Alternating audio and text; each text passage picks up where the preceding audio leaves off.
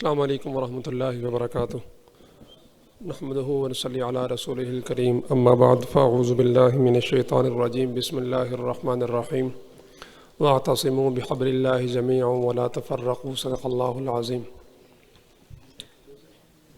ماشاءاللہ دوسری دفعہ راولپنڈی آرٹس کونسل میں اسٹیج پر سامعین سے مخاطب ہونے کا موقع مل رہا ہے، اور دونوں دفعہ کی خاص بات یہ ہے کہ دونوں دفعہ سامنے بیٹھے والے لوگ وہ ہیں جو دین کے لیے، اسلام کے لیے یہاں پر آئے ہیں۔ اور دوسری خاص بات یہ ہے کہ پچھلی دفعہ جب میں آیا تھا MSO کا پروگرام تھا، اور وہاں پہ مرکزی جمعیت اہل حدیث کے سلمان اعظم صاحب اور دیگر دوست بھی تشریف لائے تھے۔ آج اہل حدیث دوستوں کا پروگرام ہے اور مجھے شرکت کی سعادت نصیب ہو رہی ہے۔ یہ بہت اچھا ایک مثبت اقدام ہے کہ ہم دین کے لیے، شاعر اللہ کے لیے، اقامت اسلام کے لیے ایک دوسرے کا دست بازو بن رہے ہیں۔ مجھے بہت سارے دوست سوال کرتے ہیں کہ آپ نے کوئی بھی دیوبندی عالم دین ایسا نہیں ہے جس کا 2 دفعہ انٹرویو کیا ہو، لیکن اہل حدیثوں میں سے علامہ ہشام الہی ظہیر صاحب ہوں یا ابتسام الہی ظہیر صاحب، مجھے یاد پڑتا ہے کوئی 4 5 دفعہ میں نے ان حضرات کے ساتھ مختلف اوقات میں مختلف ایشوز پہ انٹرویو کیے۔ اس کی وجہ یہ ہے کہ یہ وہ شخصیات ہیں جنہوں نے ہر قسم کے اختلافات کو بالائے طاق رکھتے ہوئے صرف دین کی آواز کو بلند کیا، صرف اسلام کی بات کو مقدم رکھا۔ یہ نہیں دیکھا کہ یہ فلاں مکتبہ فکر کا ایشو ہے، مجھے اس پر آواز اٹھانی چاہیے یا نہیں اٹھانی چاہیے۔ وہ سوشل میڈیا ہو یا پھر مین سٹریم میڈیا، مسجد و ممبر ہو یا پھر کوئی بھی محاذ، ہر جگہ پہ وہ آپ کو صف اول کے اندر کھڑے ہو کر اقامت دین اور شاعر اللہ کی بات کرتے ہوئے نظر آتے ہیں۔ مجھے ان حضرات سے خدا کی قسم دلی طور پر محبت ہے۔ وجہ صرف یہ ہے کہ یہ وہ شخصیات ہیں کہ جن کے وجود سے پاکستان میں دین کی اقامت ہے، جن کے وجود سے دین بیزاروں پر ایک سکتہ طاری ہے، جن کے وجود سے لبرلز بے قرار ہیں کہ ہمیں کھل کر کھیلنے کا موقع کیوں نہیں ملتا، کیونکہ ہم کچھ بھی کرنے کی کوشش کرتے ہیں تو سب سے مضبوط اور توانا آوازیں یہ ہوتی ہیں۔ آج ہمارے مولانا صاحب فرما رہے تھے کہ ہماری تنزلی کی اور ہماری یہ جو حالات ہیں اس کی وجوہات گنوا رہے تھے۔ سب سے بڑی وجہ یہ ہے کہ ہم اپنے اپنے قووں کے اندر قید ہو کر رہ گئے۔ اقبال نے کہا تھا کہ اس دور کی میں اور ہے جام اور ہے جم مور، ساکی نے بنا کی روش لطف و ستم مور، مسلم نے بھی تعمیر کیا اپنا حرم مور، تہذیب کے آذر نے ترشوائے صنم مور۔ ہم سب نے اپنے اپنے بت تخلیق کیے اور پھر ان کی عبادتوں کے اندر جت گئے۔ ہم خدائے وحدہ لا شریک اور رسول اللہ صلی اللہ علیہ وسلم کی تعلیمات کو پس پشت ڈال کر اپنے آقاؤں کی عبادت کے اندر مشغول رہے۔ نقصان یہ ہوا کہ آج ہمیں اسلام کے نام پر بنے ہوئے ملک کے اندر شاعر اللہ کی تحفظ کی بات کرنی پڑ رہی ہے، دین کے تحفظ کی بات کرنی پڑ رہی ہے، جس کے بنیاد کا مقصد یہ تھا کہ لا الہ الا اللہ۔ استحکام پاکستان یاد رکھیے مشروط ہے استحکام دین کے ساتھ، اور استحکام دین مشروط ہے میرے اور آپ کے اتحاد کے ساتھ۔ آج پوری دنیا کے اندر ہمارے جو حالات ہیں اس کی وجہ یہ ہے کہ ہمیں مختلف طبقوں کے اندر بانٹ دیا گیا۔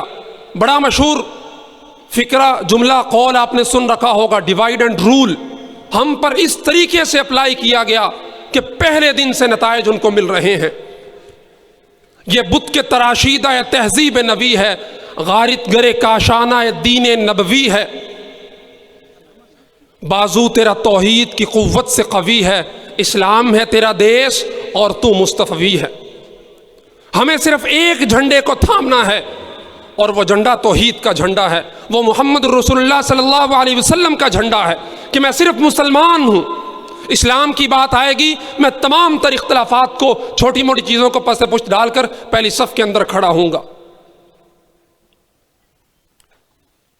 آج اگر پاکستان کے اندر ہمیں اقامت دین لانا ہے، یہاں پر دین کا نفاذ یقینی بنانا ہے، تو اس کے لیے ضروری ہے کہ میں اور آپ متحد ہو کر آگے بڑھیں۔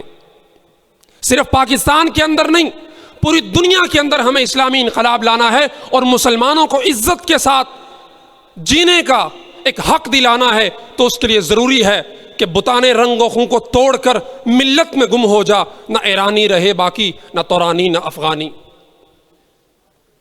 ہمیں اکٹھے ہو کر ایک آواز بن کر عمر فاروق کی للکار بننا ہے، صلاح الدین ایوبی کی تلوار بننا ہے، عثمانی سلطنت جیسا ایک شاہکار بننا ہے، اور ان طاغوتی قوتوں کے سامنے ایک مضبوط دیوار بننا ہے۔ ورنہ جہاں جہاں حالات پیش آ رہے ہیں وہاں کے لوگوں کو امت مسلمہ سے کوئی امید نہیں ہے۔ کل ایک ویڈیو دیکھی سوشل میڈیا پہ، ماں اپنے بچے سے سوال کرتی ہے غزہ کی، ہمارے یہ حالات، بمباری ہو رہی، چیتھڑے اڑ رہے، ہسپتالوں کو نہیں چھوڑا جا رہا، مسلم حکمران ہماری مدد کو کیوں نہیں آ رہے؟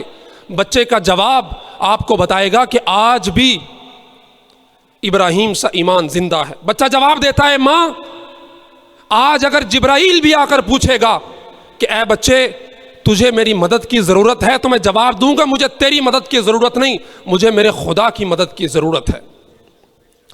کیونکہ اس بچے کو پتہ ہے کہ یہ اپنے اپنے فرقوں میں، گروہوں میں، وطنوں کے اندر بٹے ہوئے ہیں، یہ میری مدد کو کیا آئیں گے؟ اور میں یہاں پر خوش اس لیے ہوں کہ غزہ کا مسئلہ ہے، چیچنیا بوسنیا کا مسئلہ ہے، کشمیر کا مسئلہ ہے، میں تو اپنے گھر کے اندر محفوظ بیٹھا ہوں۔ یاد کیجئے، یاد رکھیے، اگر آج ہم اکٹھے ہو کر ان طاغوتی قوتوں کے سامنے کھڑے نہ ہوئے تو پھر پاکستان کے اندر بھی میں اور آپ اس طرح سے محفوظ طریقے سے دین کی بات نہیں کر سکیں گے۔ ہمیں اگر پوری دنیا کے اندر اسلام کو غلبہ دلانا ہے تو پھر اکٹھے ہونا ہوگا۔ ہو قید مقامی تو نتیجہ ہے تباہی، رہ بہر میں آزاد وطن صورت ماہی، ہے ترک وطن سنت محبوب الہی، دے تو بھی نبوت کی صداقت گواہی، گلیار سیاست میں وطن اور ہی کچھ ہے، ارشاد نبوت میں وطن اور ہی کچھ ہے۔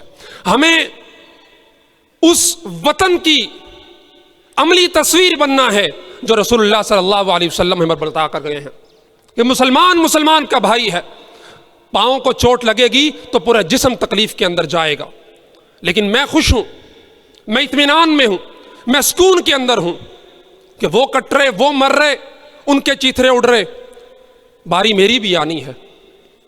اگر ہمیں اس چیز کو روکنا ہے تو ان اختلافات کو بھلا کر، جس طرح آج آل حدیثوں کے سٹیج پر الحمدللہ ایک دیوبندی کھڑا ہو کر بات کر رہا ہے اور دین کی خاطر بات کر رہا ہے، ہمیں ان سلسلوں کو مزید بڑھانا ہوگا، اور اقامت دین کے لیے، پاکستان کے اندر شاعر اللہ کے دفاع کے لیے ہم اکٹھے ہو کر آگے بڑھیں گے تو انشاءاللہ یہ شاعر اللہ بھی محفوظ رہیں گے، اور پاکستان میں وہ دن ضرور آئے گا جب یہاں پر حقیقی معنوں میں اسلام نافذ ہوگا۔ وآخر دعوانا الحمدللہ رب العالمین۔